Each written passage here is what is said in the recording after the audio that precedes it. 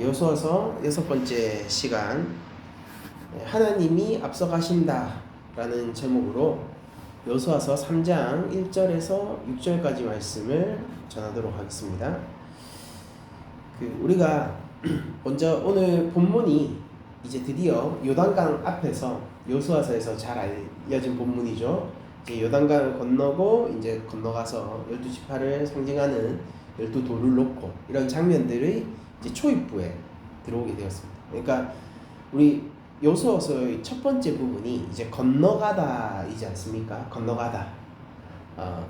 그리고 이제 정복하고 땅을 분배하고 그리고 예배하고, 이 총 4단계로 구성되어 있는 이 여호수아서 가운데에서 이제 건너가다라는 것에 있어가지고 이제 정말로 본격적인 건너감의 포문을 여는 게 바로 3장이라고 할 수 있습니다. 그러면 우리들이 쉽게 알 수 있듯이, 여러분들 우리가 여호수아서 저자의 어떤 문학적인 의도를 따른다면은 이들이 건너갈 때 당연히 어떤 중심과 어떤 마음으로 건너가야 하냐면은 강하고 담대하게 건너가야 되는 거예요. 근데 강하고 담대하게 건너가려면은 조건이 있죠. 뭐냐면은 하나님이 함께 하셔야지 강하고 담대할 수 있는 겁니다. 하나님이 함께 하시는 것은 곧 강하고 담대함이기도 한 거예요. 그래서 하나님이 함께 하심으로 강하고 담대하고, 또한 그 강하고 담대함의 표현은 무엇이었습니까? 그들의 표현은 바로 율법을 준행하는 거였어요. 그렇죠? 그래서 강하고 담대하다라고 하는 것은 단순한 심리적 상태가 아니라 그 삶의 전반적인 성격을 나타내는 부분이죠. 그래서 정말로 중심이라는 말이 어울리는 게 바로 강하고 담대하라 라는 하나님의 명령일 것이고, 그리고 이런 명령 가운데서 이스라엘 백성들이 이제 건너가는 것을 요구받게 됩니다. 하나님이 오늘 죄송합니다. 몇 가지 요구들을 하게 되시는데, 그건 역시 강하고 담대하라라는 요구와 사실상 연장선상 위에서 하는 명령이다라고 보시면 됩니다. 그리고 우리는 정말로 강하고 담대할 수 있는가를 이미 확인했습니다. 이방 여인을 통해서 확인했고, 이제 2장 전체를 통해 그 이방 여인의 순종과 하나님에 대한 경외를 통하여서 이미 이스라엘 백성 전체에게 그 용기와 담대함이 이제 퍼져 나가게 되었다. 정탐꾼의 보고를 통해서죠. 그렇게 우리들이 이해를 할 수 있을 것 같아요. 당연히 그 인물을 라합이라고 할 수 있을 것입니다. 그래서 이제 그 보고가 흘러간 이후에 이야기가 3장에 펼쳐지는 거예요. 우리가 히브리어 그 원문을 보면은 과부 연속법이라고 해가지고, 이게 여기서 또 여호수아가 이렇게 되어 있죠. 이게 그 어떤 무언가에 이어서 라는 형태의 문법이 있습니다. 그러니까 이거는 시간적으로 보고한 이후에 여호수아가 이 명령을 하게 되는 거예요. 제가 왜 이 얘기를 하냐면은, 우리가 작게 조금 해결해야 되는 문제가 있어가지고, 본문상에서 해결해야 되는 문제가 있어서 제가 이 얘기를 하거든요. 그러니까 제가 이 말씀을 드리면은 이게 시간적인 순서로 이어져 있다라는 것을 제가 말씀을 드린 겁니다. 시간적인 순서로 이어져 있는 거예요. 정탐꾼의 보고와 그리고 이들의 그 징경 명령은 같이 이어져 있는 거예요. 그러면은 오늘 본문을 보니까 여호수아가 아침에 일찍 일어나서 그와 모든 이스라엘 자손과 더불어 시딤에서 떠나 요단에 이르러 건너가기 전에 거기서 유숙하니라. 사흘 후에 관리들이 진중으로 두루 다니며 백성에게 명령하여 이르되 라고 되어 있지 않습니까? 이렇게 되어 있어요. 근데 여기서 보면은 여호수아서 1장에서 사흘 후에 우리가 진격할 거라는 것을 한번 얘기를 했었습니다. 제가 읽어드릴게요. 여호수아서 1장 10절 11절인데요. 이에 여호수아가 그 백성의 관리들에게 명령하여 이르되, 자, 이거 관리들에게 명령을 여호수아가 한 거예요. 뭐라고 했냐면은 진중에 두루 다니며 그 백성에게 명령하여 이르기를 양식을 준비하라. 사흘 안에 너희가 이 요단을 건너 너희 하나님 여호와께서 너희에게 주사 차지하게 하시는 땅을 차지하기 위하여 들어갈 것이다 라고 하면서 사흘 전에 명령을 했습니다. 그리고 여기서 보면은 사흘 후에 이제 진중을 두루 다니면서 요 명령을 하러 다니는 거예요. 이 관리들이. 그러면은 사흘 전에 여호수아가 명령을 했고 사흘 후에 이제 이 명령을 전파하면서 진군을 실제 시작하잖아요. 그러면은 여호수아의 명령과 진군 사이에 3일이라는 기간이 있는데 그 사이에 끼어 있는 게 정탐꾼 이야기죠. 근데 정탐꾼 이야기는 숲에서 숨어 있는 시간만 사흘이기 때문에 실제 정탐꾼의 활동 시간은 사흘을 무조건 넘기게 되어 있어요. 그래서 이 본문의 어떤 역사적 진실성에 대해서 이게 다양한 이야기들의 단순한 어떤 구전적인 조합일 것이다 라고 주장하는 사람들이 나오기 시작했습니다. 왜냐하면 시간적으로 안 맞다라는 거예요. 그리고 제가 아까 그 바브 연속법에 대해서 히브리어 그 문법이죠. 그거에 대해서 말씀드렸던 것처럼 이 3장 1절이 이 바브 연속법으로 시작하기 때문에 이거는 이어지는 사건인 거예요. 무조건. 근데 앞에서 있었던 사건이 아니 이거 무조건 사회를 넘기는데 이 여호수아의 명령과 그리고 이 실제 진군 사이는 사흘의 기간밖에 없으니까 이거 시간적으로 안 맞다. 여호수아서의 어떤 역사적 진실성에 대한 의심으로 우리들이 좀 생각을 진행해 봐야 된다라는 그런 주장들이 있습니다. 그리고 이게 지금도 어떤 여호수아서 본문을 해석하는 데 있어서 여전히 논쟁거리가 되고 있습니다. 근데 요거를 우리들이 잘 생각해 보면은 정탐꾼을 있잖아요. 우리 여호수아서 1장에서 정탐꾼을 보내는 사건은 기록되어 있지 않아요. 그러니까 여호수아서 전반을 보면 오늘날 역사서랑 다르게 기록되어 있거든요. 그러니까 시간적으로 사건의 어떤 개요를 맞추어 가지고 객관적인 자료를 계속 제시하는 게 역사서가 아니라 이 역사의 의미를 전달하는 것이 역사서의 본분이던 시대에 적힌 역사서예요. 그러므로 서사시적인 그런 어떤 풍모를 가지고 있기도 하는 이유가 현대의 역사서가 아니기 때문입니다. 그러면은 여호수아서 본문을 볼 때 중요한 건 뭐냐면은요. 지금 이들이 사흘 전에 명령받았고 사흘 후에 실제 가나안으로 진격하게 되었다가 역사적 시간 안에서 이 시간적 순서 안에서 중요하다라고 여호수아서 저자는 주장하고 있는 것이고, 그리고 이 정탐꾼들은 당연히 그렇다면 어떻습니까? 이 정탐꾼이잖아요. 그러니까 그 전에 보냈겠죠. 당연히 사흘 전에 먼저 미리 가서 보낸 거예요. 그러니까 유숙하고 이렇게 하기 전에 먼저 보낸 겁니다.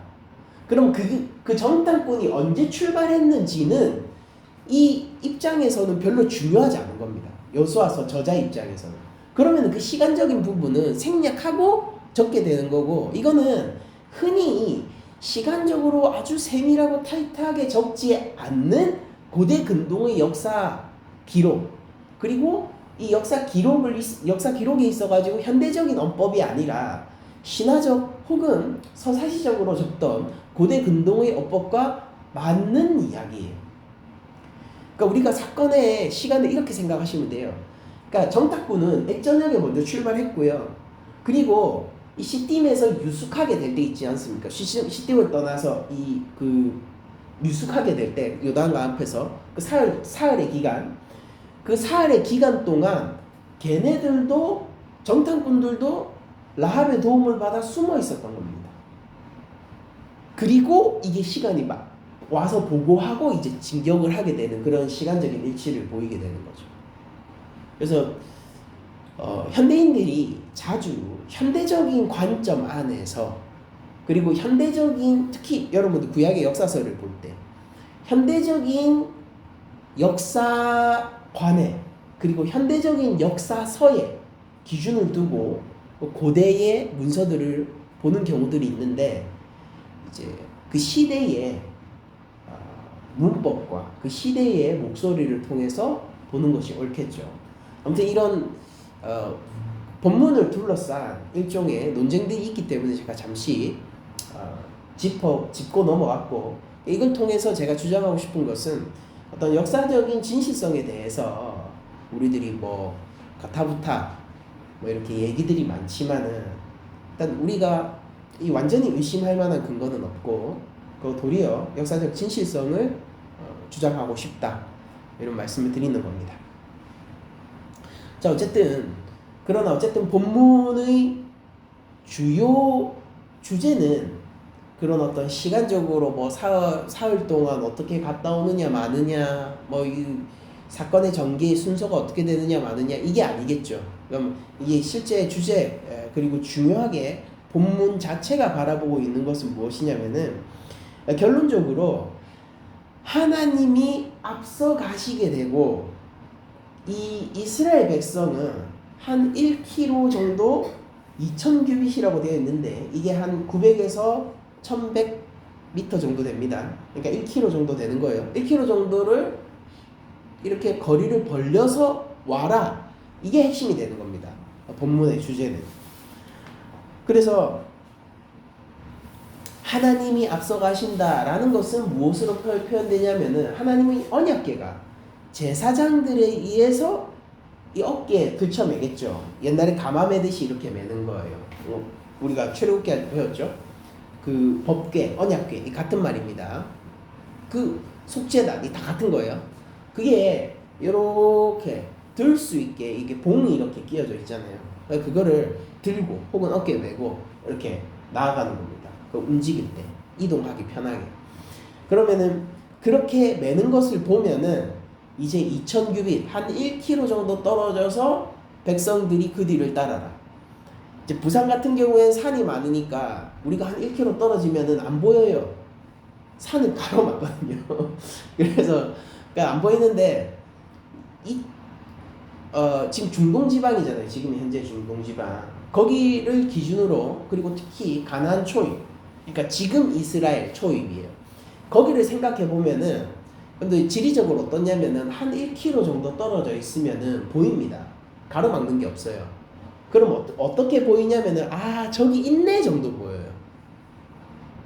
그러니까 이건 어떤 느낌을 주냐면, 1차 독자들에게 너무 가깝지도 너무 떨어지지도 않은 겁니다. 시야에서 놓치지는 않아요. 다만 만질 수 있느냐? 아니에요. 이게 1km가 떨어져 있다고 생각해보면 결코 가까운 거리가 아닙니다, 여러분. 그럼 자세하게 뭐 관찰하거나 거기 있는 사람한테 말을 걸 수 있거나, 어이 레위지파의 김씨, 안 되죠. 한 1km 떨어져 있으면. 그 정도 느낌인 거예요. 시야는 계속 따라갈 수 있지만은 소통은 불가능합니다. 움직이는 것을 보고 따라갈 수는 있지만은 그거를 내가 영향을 줄 수는 없어요. 왼쪽인 것 같은데, 이런 게 안 된다고요. 오른쪽으로 가고 있는 게 보이잖아요. 그럼 오른쪽으로 가는 거예요. 거기서 직진해야 될 것 같은데요, 이런 소통은 안 되는 구간입니다. 그게 한 2000규빗, 한 1km 정도의 거리라고 생각하시면 돼요.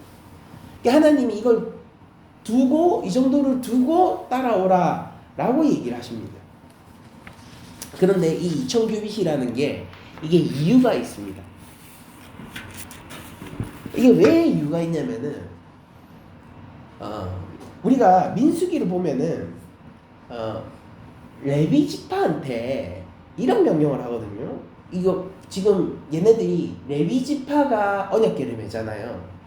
그러니까 레위 지파에서 광야 1세대에게 명령하신 하나님이 있는데, 지금 2세대 레위 지파가 이걸 매는 겁니다.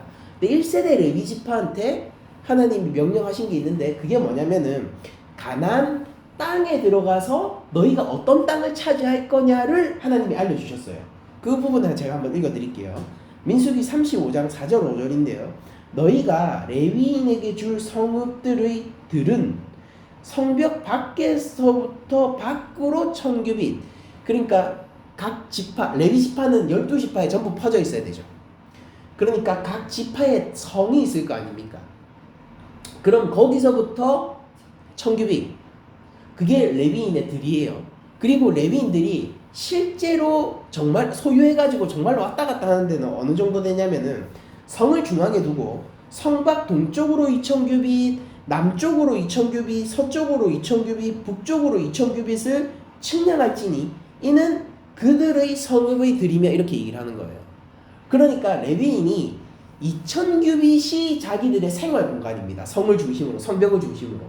자, 그러면은 이게 하나님이 언약궤를 앞에 세우고 얘네들이 1000규빗 정도를, 2000규빗 정도를 떼어놓고 오라고 한 건 뭐냐면은 실제 그들이 땅을 받았을 때의 이 토지 안에서 그들이 살아가는 모양을 벌써 구현하고 있는 거예요. 1차적으로는. 그리고 이 2000규빗이라는 것은 어떤 의미가 있냐면요, 일반적으로 안식일에 움직일 수 있는 거리입니다. 그러니까 안식일 규정에 너희들이 일하지 말라라고 되어 있고, 그리고 이게 유대 시대까지도 이 인식이 이어져요. 그러니까 2000규빗을 넘어서 움직이면 안 돼라는, 그게 이제 그때는 이제 자유인을 만드는 게 아니라 율법의 족쇄로서 작용하게 되죠. 예수님 정도가 되면 이제 변질돼가지고. 근데 2000규빗이라는 건 뭐냐면 그들이 안식하며 안전하게 누릴 수 있는 안식일의 공간이 2000규빗입니다. 그러니까 지금 어떤 구도를 가지고 있냐면 마치 여기에 성이 있고요. 이스라엘 12지파의 성이 있고요. 그리고 그 하나님이 안식의 한계 지점 끝에서 레위인들이 언약궤를 메고 가나안으로 나아가는 거예요. 그러니까 어쩌면은 이런 표현이 어울린다면은 가나안 땅은 지금 이미 형성되어 있는 거예요. 물론 저기 요단강 건너가 가나안 땅이에요. 지리적으로는.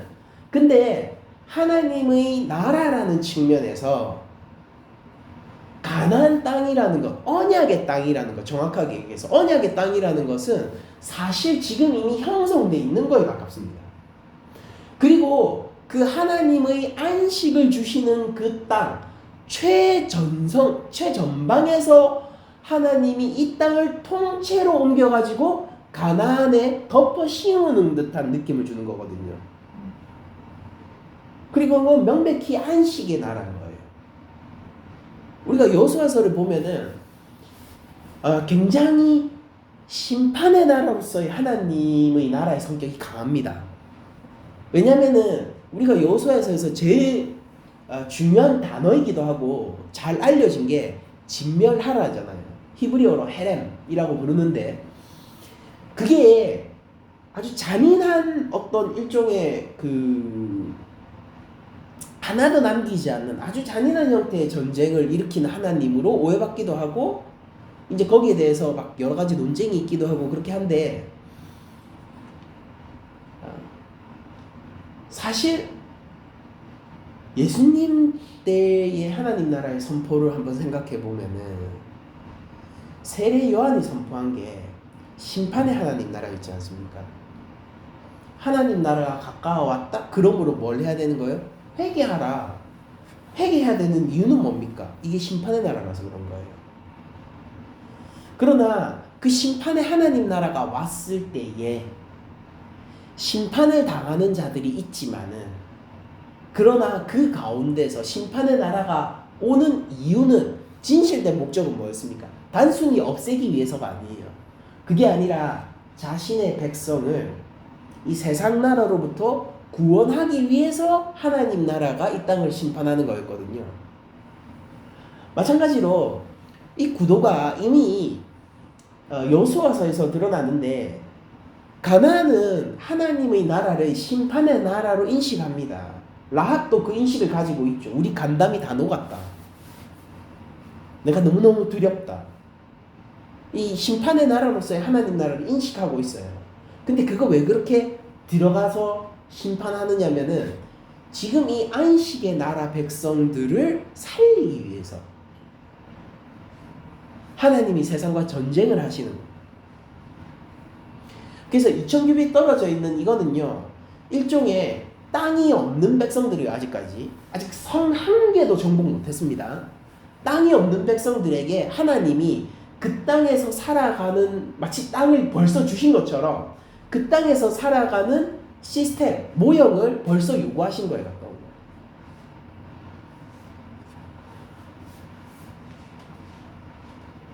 그리고 이렇게 하나님 나라의 모양, 안식의 나라의 모양을 딱 갖추었을 때 이 언약궤가, 즉 하나님이 뭘 해주시냐면은 길을 인도해 주시는 겁니다. 그게 오늘 본문이에요. 길을 인도해 주시는 거예요. 그래서 그 백성들에게 요구되어지는 건 뭐냐면은 언약궤를 쫓아가라라는 겁니다.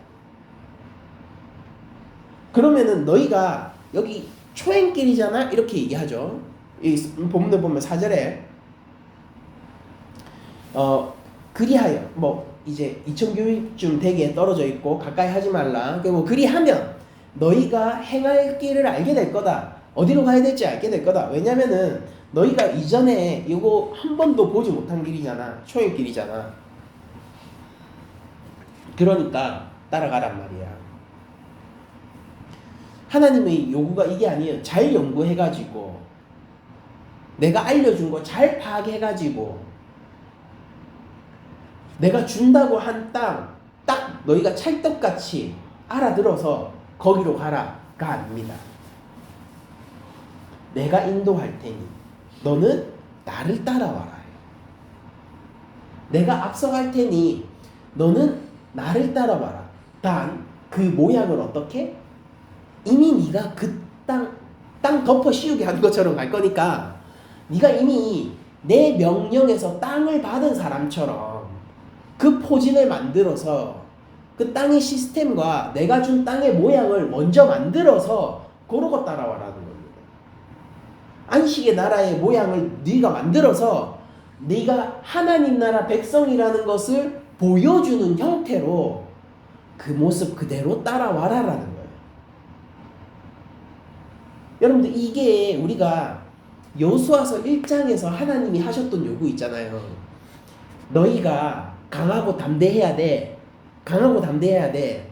그리고 너희 잘 생각해 봐봐. 강하고 담대한다는 게 뭐겠어? 강하고 담대한 이유는 뭐야? 너희가 강하고 담대한 삶이 뭐야?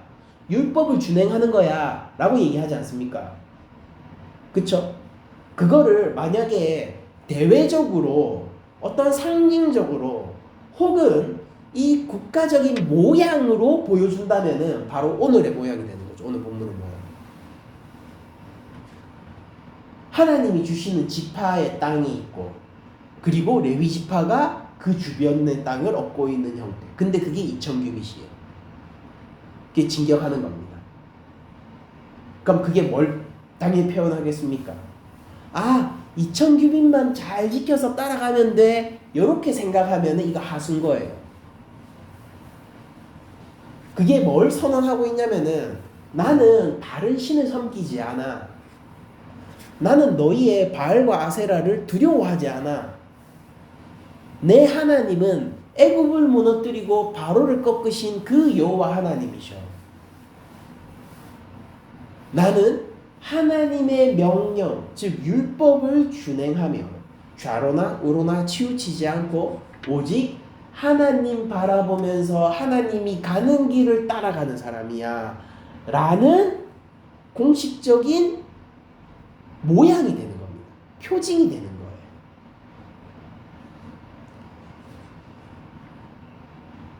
그러니까 이걸 취할 수 있는 사람은요, 이 포진을 취해서 갈 수 있는 사람이 있다면은 그는 바로 하나님의 백성이라는 것을 세상에 알리려는 사람입니다.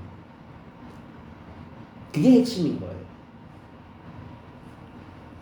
그러니까 반드시 2000규빗을 지켜야 된다는 게 아니고, 심지어 2000규빗이라는 것 자체가 애매한 숫자예요. 옛날에 여러분들 우리 그 쌀 풀 때 한 대, 두 대 막 이렇게 해가지고 푸잖아요. 근데 그 쌀집마다 조금씩 달라요. 왜냐면 이 대빵 만든 게 조금씩 다르잖아요. 그러니까 정확한 수치가 막 안 나온다니까요. 그래도 대충 그렇게 살아오는 거잖아요. 그리고 대충 그렇게 살아가는 겁니다. 지금만큼 정교한 측량법이 없던 시대이기 때문이죠. 그래서 막 꼭 2000규빗 그러면은 뭐 1km야 900m 그게 중요한 게 아니라 그 모양 자체가 뭘 하고 있는 거냐면, 내가 강하고 담대하게 이 땅을 하나님이 주신 것으로 믿고 이 땅을 내 땅으로 알고, 지금 우리는 하나님 주신 땅의 모양을 하고 갈 거야. 너희가 상 어떻게 생겼는지, 너희가 거기서 어떻게 살아가는지. 그래서 여리고성 보면은 내성, 외성 있고, 거기 위에 그 사람이 살기도 힘든 그 성벽 위에 집 지어놓고 거기서도 막 살으라 하고, 뭐 그런 거 나 상관없어. 모르겠어. 너희들이 어떻게 살든지 그 땅은 우리 땅이니까 내가 하나님이 만드신 나라의 모양대로 나아간다가 바로 오늘 하나님 명령의 핵심인 겁니다. 이거를 우리가 신약적으로 생각을 하면 어떤 거냐면은, 예수님이요 이렇게 얘기해요. 나를 따르라라고 얘기하십니다. 나를 따르라라고 얘기하세요. 그분이 바로 제2성자 예수 그리스도잖아요. 그러니까 하나님이 구약시대에 앞서 언약궤로 상징되는 하나님의 임재 가운데서 앞서 가시면서 주실 땅, 하나님 나라를 건설하는 일이에요, 이게. 그러니까 주실 땅을 먼저 앞서 가셔서 정리하고 주시는 것처럼 우리도 똑같은 그 하나님을 따라가는 삶의 형태를 가져야 되는데, 그러니까 그 원리는 변하는 게 아니에요. 우리가 바라봐야 될 언약궤는 지금 없어요. 언약궤가 어디 있는지도 모릅니다. 이미 그 금 녹여서 어딘 다른 무언가로 됐겠죠. 사실은요, 바벨론이 쳐들어왔을 때 그 언약궤 뺏겨가지고 그거 욕보이기 위해서 바알 신상이 됐을 수도 있습니다. 여러분들 그 소실된 이후로요, 언약궤는 단 한 번도 발견된 적이 없어요. 단 한 번도. 뭐 이디오피아 어디에, 여러분 그 믿지 마세요. 아니에요. 고고학적으로 아닙니다. 그러니까 언약궤는요, 하나님이 한 번 잃어버리게 하신 이후로 단 한 번도 역사 가운데 나타난 적이 없습니다. 하나님이 영원히 숨기셨거나 그 금 녹여서 딴 거 됐다는 소리예요.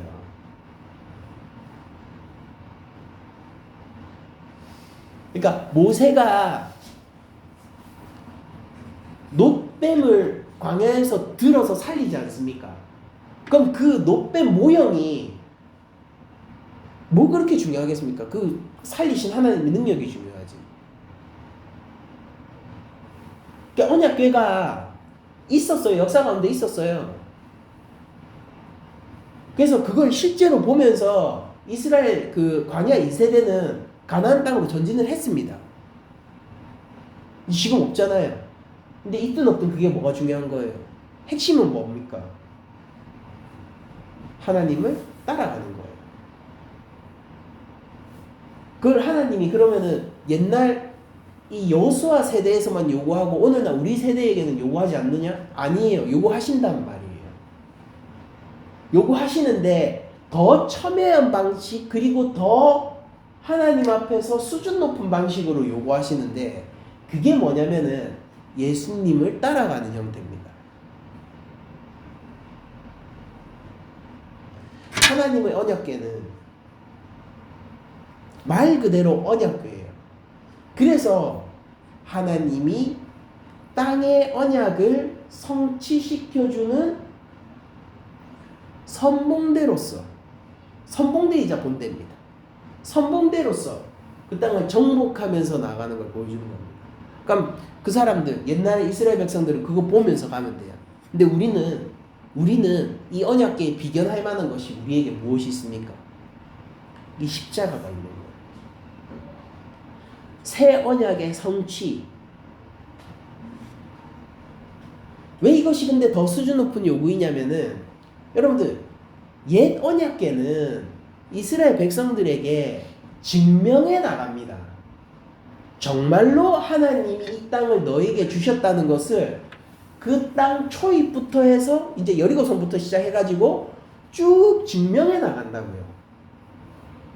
근데 우리에게 있는 십자가는 어떤 언약의 표징이냐면은, 언약궤도 언약의 표징이에요. 어떤 언약의 표징이냐면은 이미 완성된 언약의 표징이란 말이에요. 증명이 끝난 거란 말입니다. 그러니까 원칙적으로 하면 어떻게 되냐면은 이스라엘 백성들은 중간중간 의심할 수 있어도 우리들은 의심하면 안 되는 겁니다. 더 높은 수준의 요구가 우리 앞에 있는 거예요. 이스라엘 백성들은 언약궤 가니까 언약궤가 앞서 나가고 하나님이 약속을 기억하시니까 우리가 실제 이 땅을 얻게 되네 확인하다가도 그들의 불순종으로 인해서 전투에 패배하게 되면은 의심할 수 있단 말이에요. 아닌가? 이 언약궤 하나님 함께 한다고 다 되는 거 아닌가? 바알이 혹시 더 센가? 아세라가 좀 더 능력이 있나? 의심할 수 있단 말이에요. 근데 우리들은 어떻습니까? 증명해 나가는 형태가 아닙니다. 증명이 끝났어요. 예수님은 십자가 위에서 죽으시고 사흘 만에 죽은 자 가운데서 다시 부활하셨습니다. 하늘에 오르사 하나님 우편에 앉아 계시고 저리로서 산자와 죽은 자를 심판하시고 계시단 말이에요. 증명이 끝난 언약궤를 우리들이 바라보고 있는 겁니다. 그러니까 우리들은 의심하지 않는 거예요. 그러니까 옛 백성들이 강하고 담대할 수 있었잖아요. 그럼 우리는 더욱 그러해야 한다는 것입니다. 그게 신약 교회, 신약 백성들에 대한 하나님의 요구라는 것이죠.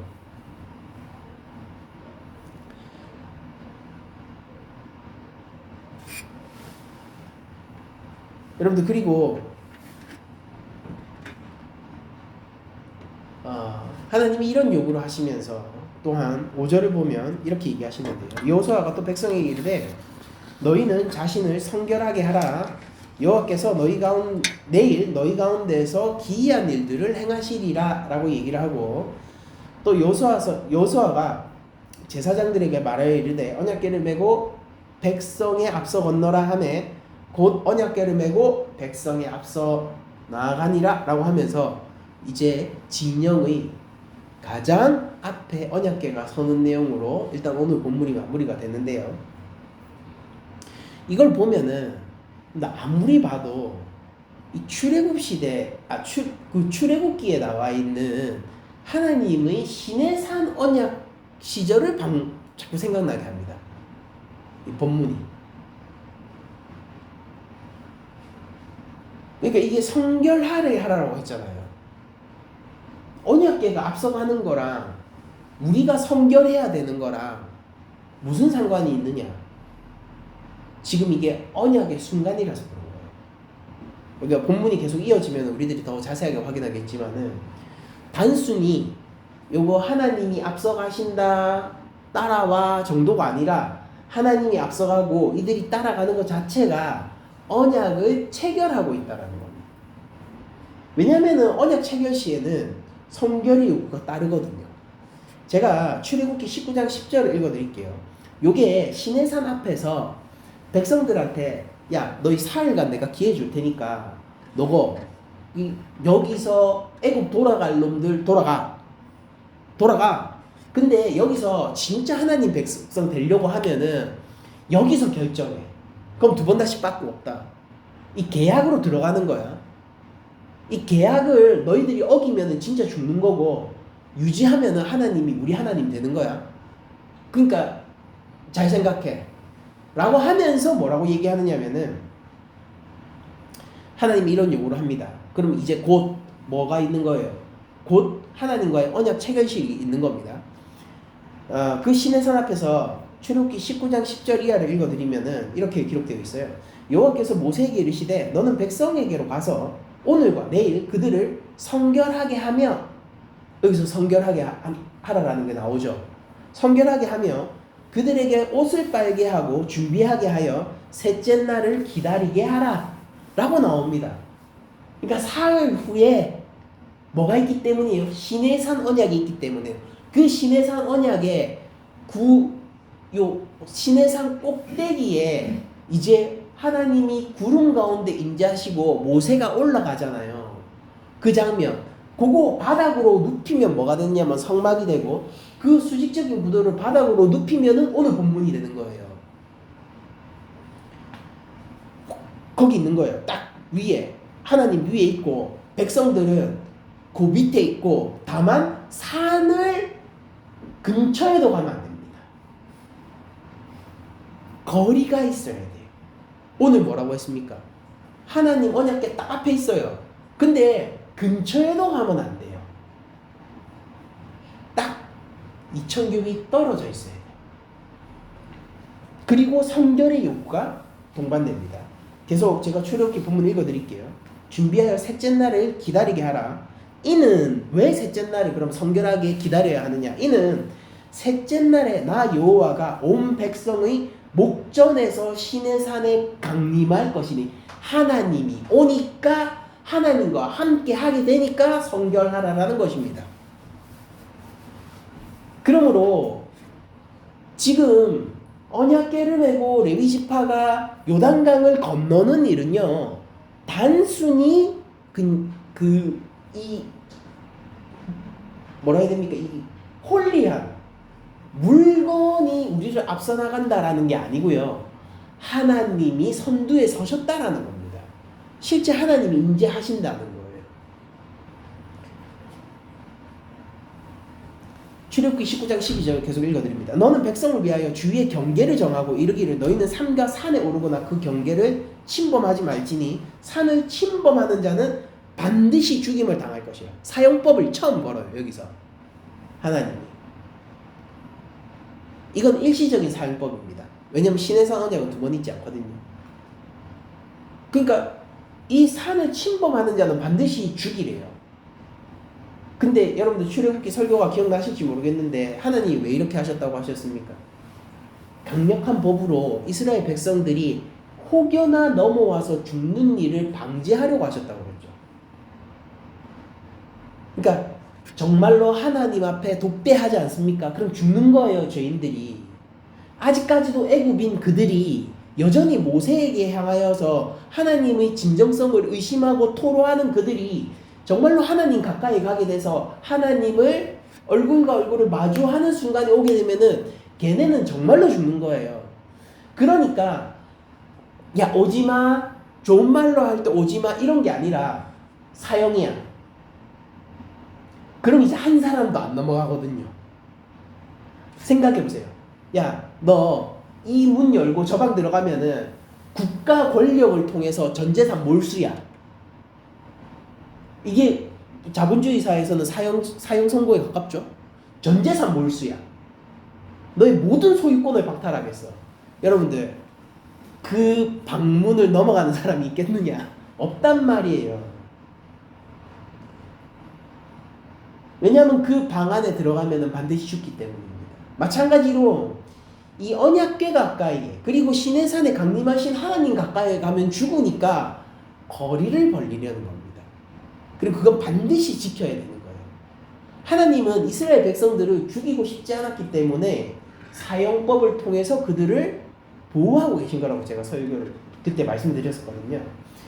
그러니까 마찬가지로 오늘 본문도 그런 요구가 드러나고 있죠. 그러니까 웃긴 거예요. 이게 지금 이 언약궤가 앞서 나가고 있는 요단강을 건너가는 이 언약궤를 바라보는 이스라엘들의 심정인데, 이들은 두 가지 상반된 요구를 받고 있는 겁니다. 절대 하나님 놓치지 마. 하나님 쫓아가는 거 너 놓쳐서는 안 돼. 그러면서 또 받는 하나의 요구가 뭐냐면은 너 절대 가까이 가지 마. 한마디로 이거예요. 너는 하나님을 가까이 하되 가까이 하지 말라. 어떻게 해야 됩니까? 적절히 잘해야 되는 거예요. 2000규빗.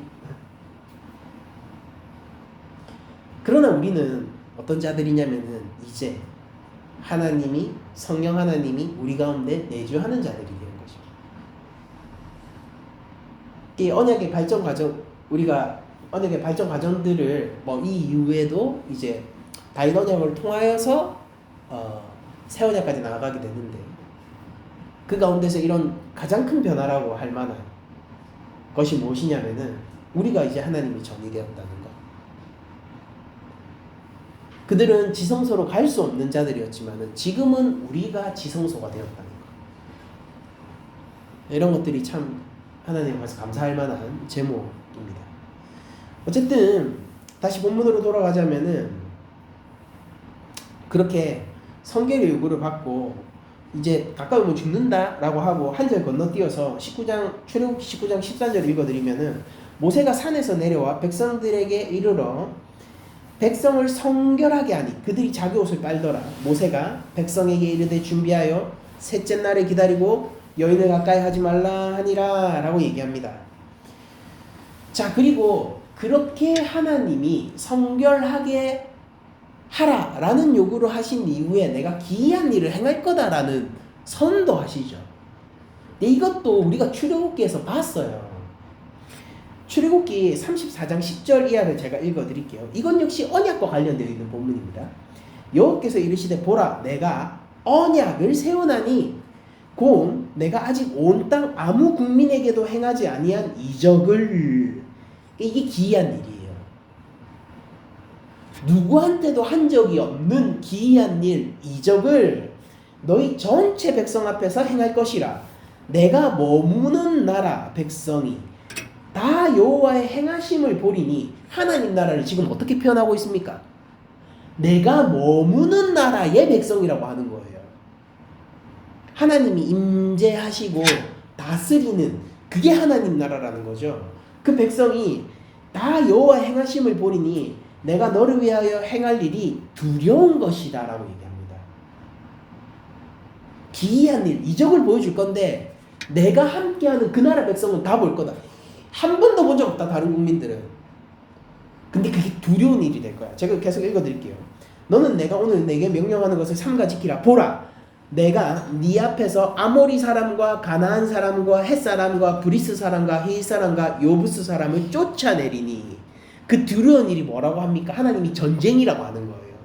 근데 전쟁이 어떤 전쟁이냐면은 가나안에 있는 족속들을 쭉 나열하면서 가나안에 있는 족속들이 쫓겨나갈 거다. 근데 그게 두려운 일이 될 것이고 누구도 본 적이 없는 일이 될 것이고 내가 머무른 나라에게만 내가 베푸는 이적이다 라고 얘기합니다. 그리고 여호수아서에서 와서 그것이 왜 두려운 일인지 우리가 명백히 알게 되는데 그게 진멸의 명령이기 때문이에요. 하나님이 직접 심판하신다라는 거거든요. 하나님의 손에 들린 심판의 막대기는 이스라엘이고요. 하나님의 심판의 대상은 여기서 열거된 가나안의 족속들입니다. 그걸 보면서 두려워하라는 거예요. 그리고 그걸 보면서 경외감을 가지고 하나님의 심판을 두려워할 수 있는 자들은 살아남습니다. 그게 라합 이야기였죠. 이스라엘 백성은 강하고 담대해요. 두려울 게 없어요. 왜냐하면 하나님이 함께 하시니까요. 근데 하나님이 함께 하는 자들은 누구냐면은 하나님의 크심과 두려움을 아는 자들인 것입니다. 왜냐면 실제 같이 하고 있으니까. 그런 자들에게 요구되어지는 게 성결의 요구라니까요.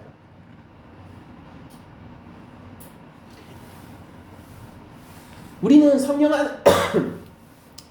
하나님이 함께 하시는 주의 전입니다. 우리는요, 예수님의 그 골고다 언덕을 쫓아 각기 제 십자가를 메고 예수 그리스도를 쫓는 주님의 제자들이에요. 우리는 우리 성부 하나님을 아버지라고 부르고 그분의 도움과 그분의 보호 아래서 매일매일을 살아갑니다. 하루하루 늘 하나님과 함께 인생의 한 걸음 한 걸음을 옮기고 있는 자들이란 뜻입니다. 자, 여러분들, 우리에게 요구되어지는 게 무엇일까요?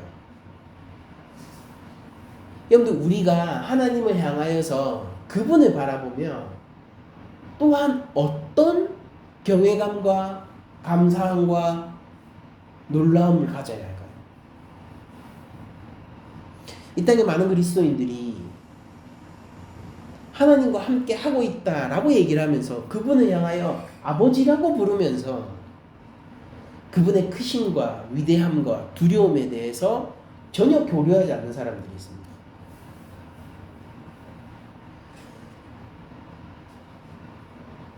가나안을 심판하신 하나님 앞에서 누구보다 가나안처럼 행동하며 그분을 아버지라 부르는 그 입술을 하나님은 경멸하세요. 누구보다도 바벨론처럼 행하면서 바벨론을 심판하시는 그분 앞에서 아버지라고 부르는 그 입술을 하나님은 경멸하신다고요. 세상보다 더욱 세상 같으면서 그분을 향하여서 아버지라고 부르고 우리의 주님을 향해 구주라고 부르는 그 입술을 하나님은 미워하신단 말이에요.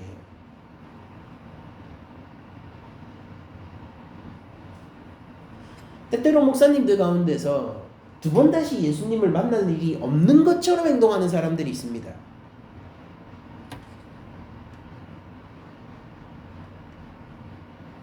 입에서 천국을 외치고 입에서 지옥을 외치지만은 그것이 성도들에 대한 가스라이팅 도구 정도에 불과한 목사들이 있는 거예요. 우리 성도들 가운데서 두 번 다시 우리 구주를 만나지 못할 것처럼 행동하는 사람들이 있단 말이에요. 그 일이 전혀 걱정되지 않는 그들이 바로 열처녀 가운데서 기름을 준비하지 않고 신랑을 기대하지 않았던 그 버려진 다섯 처녀에 해당하는 행동을 하는 겁니다. 어떻게 하나님과 함께 하고 있는데 하나님과 함께 동행하는 삶을 살고 있는데 그분이 미워하는 것들을 아무렇지도 않게 어떤 두려움도 없이 그냥 스무스하게 해버릴 수 있냔 말이에요. 그래놓고 다음 날이 되면 또 아침에 일어나 하나님의 이름을 찾으며 오늘 하루 지켜달라고 하겠죠. 그들의 창고는 바알에게 있지만은 그들의 입술에 있는 이름은 하나님이에요. 이스라엘이 그것 때문에 바벨론에게 멸망당했습니다. 심판의 주체는 하나님이었고 우리 역시 생각해야 되는 것이죠. 우리가 이제 언약궤를 따라가는 이스라엘 백성들처럼 우리가 십자가를 따라가는 하나님의 자녀가 되는 일은 정말로 놓치지 않고 그 십자가를 쫓아가는 일이 돼야 됩니다. 끊임없이 샛길로 새고 다른 길로 가고 있으면서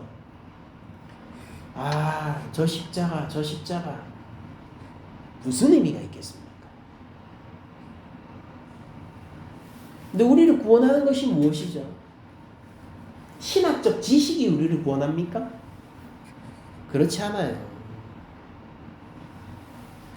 우리의 종교 행위가 우리를 구원합니까? 그렇지 않아요. 사람들의 인정과 칭송이 우리를 구원하는 것입니까?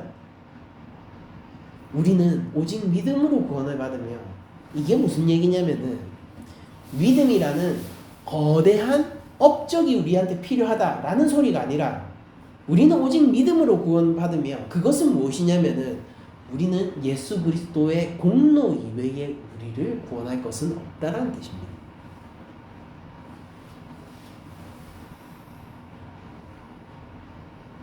그러니까 우리가 복음을 따르고 주님의 명령을 따르지 않으면은 우리는 금세 타락하고 금세 꼬꾸라질 것이며 우리가 알곡인지 가라지인지 분별하시는 하나님 앞에서 정체를 들키게 될 거라는 것이죠. 알곡으로서 행동해야 하고 우린 어린 양으로서 살아가야 되는 것입니다. 이 늑대가 가득한 세상에서 말이죠. 목자는 자기 양을 찾고 늑대는 양을 뜯어먹습니다. 어디에 우리를 의탁하는 것이 좋은지는 너무나도 명확한 일 아닐까요? 아무튼 그렇게 성결하게 하라는 요구 앞에서, 왜냐하면 이게 언약적인 일이니까, 거기서 또한 약속하신 기이한 일은 뭐냐면 출애굽기에서 이미 명령하신 땅을 너희에게 주겠다, 전쟁을 통해 그걸 얘기하셨고, 또 여호수아가 언약궤를 메고 이제 제사장들에게 명령하죠. 제사장들이 레위 지파가 언약궤를 딱 메고 이제 앞으로 나아가는 장면은, 이건 역시 출애굽기 대단원을 막을 내리고 있는 출애굽기 마지막 구절을 떠올리게 해요. 40장 33절 출애굽기. 그는 또 성막과 제단 주위에 뜰을 포장을 치고 뜰문에 휘장을 다니라. 모세가 이같이 역사를 마치니, 모세가 이제 성막 건설을 딱 마칩니다. 마치니까 어떻게 되느냐면은 구름이 회막에 덮이고, 성막이에요 이게. 성막에 덮이고 여호와의 영광이 성막에 충만하며 하나님 임재. 맞죠? 이거 시내산에서 하나님 임재한 거랑 비슷한 모양이죠. 구름이 가득하고 영광이 임재하고 하나님 임재. 모세가 회막에 들어갈 수 없었으니 이는 구름이 회막 위에 덮이고 여호와의 영광이 성막에 충만하였음이며. 시내산에서는 모세가 들어갔다, 그렇죠? 근데 이제 성막 딱 완성되니까 모세도 못 들어가요. 왜냐면은 이 여기서 임재하신 하나님은 급이 다른 거거든요. 모세도 안 돼요. 심지어 시내산에서조차도 하나님은 자기 얼굴을 가려주신 거예요. 근데 여기는 아니에요. 그러니까 하나님 임재. 그렇게 하니까 무슨 일이 벌어지느냐?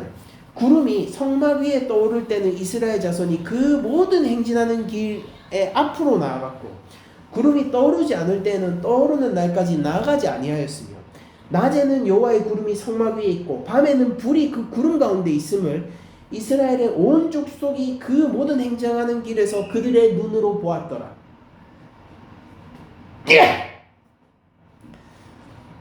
그러니까 하나님의 임재와 영광이 가득한 성막이 뭐가 된다는 겁니까? 내비게이터가 돼서 갈지 멈출지 어디로 갈지를 다 인도하고, 이스라엘 백성들은 그것을 따르더라 라고 하면서 출애굽기 본문이 맞춰지는 거예요.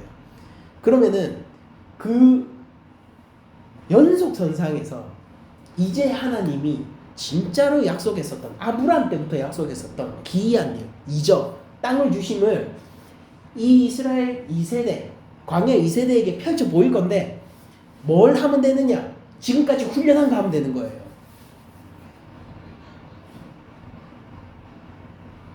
너네 어릴 때부터 훈련했지. 광야에서 태어나 애굽을 한 번도 겪어보지 못한 세대들아, 너는 태어날 때부터 훈련했지.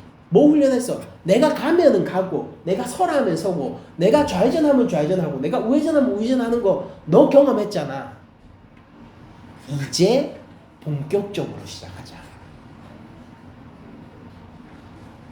그게 전쟁에서 이기는 길이야. 우리 각자의 삶 속에서 이것을 기억하십시오. 오늘 본문을 우리가 새겨 넣읍시다. 우리 나는자리 공동체가 이 본문을 새겨 넣읍시다.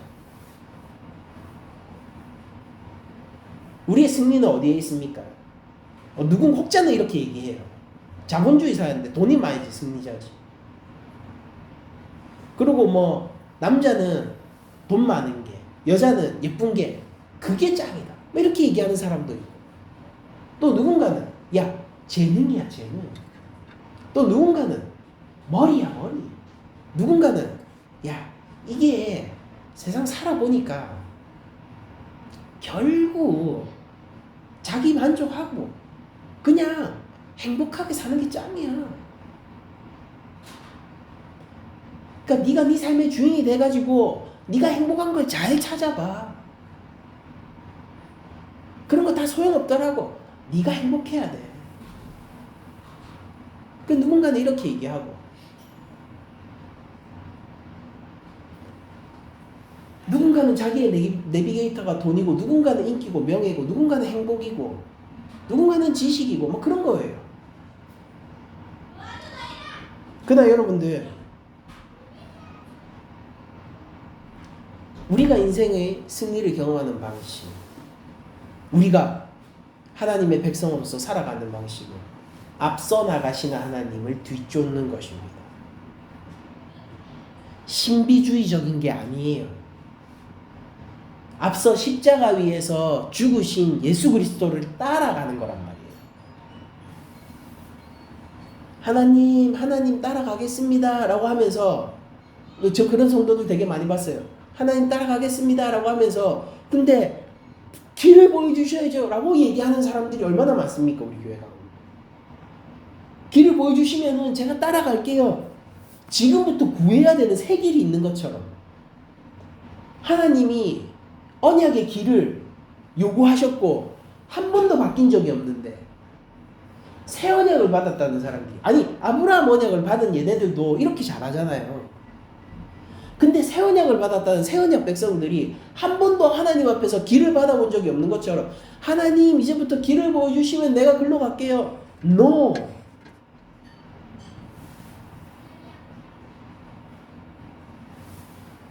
하나님은 길을 보여주셨고 우리 구주를 통해 길을 보여주셨고 우리는 이제 뭐만 있냐면 성결히 하여 쫓아가는 것만 남은 겁니다. 하나님이 앞서 행진하고 계세요. 우리는 따라가면 되는 거예요. 앞서 행하시고 지키고 보호하신 하나님을 보면서 우리는 무엇을 할 것입니까? 그분과 함께 매일매일을 걷는다는 게 두려움 속에서, 한 치 앞도 모르는 두려움 속에서 길도 안 알려주고 이 어디로 가야 되는지도 모르는 정글 속에 던지는 그런 악한 아버지와 함께하는 하루입니까? 우리가 매일매일 하나님과 함께한다는 것은 앞서 행하신 하나님, 앞서 보호하신 하나님, 먼저 길을 내시는 하나님을 따라서 내가 이제 성결하여 쫓아가는 삶을 산다는 뜻이에요. 강하고 담대하십시오. 강하고 담대하십시오. 우리 구주의 명령을 지켜 좌로나 우로나 치우치지 말고 신약의 명령들 가운데서 우리 삶을 점검하십시오.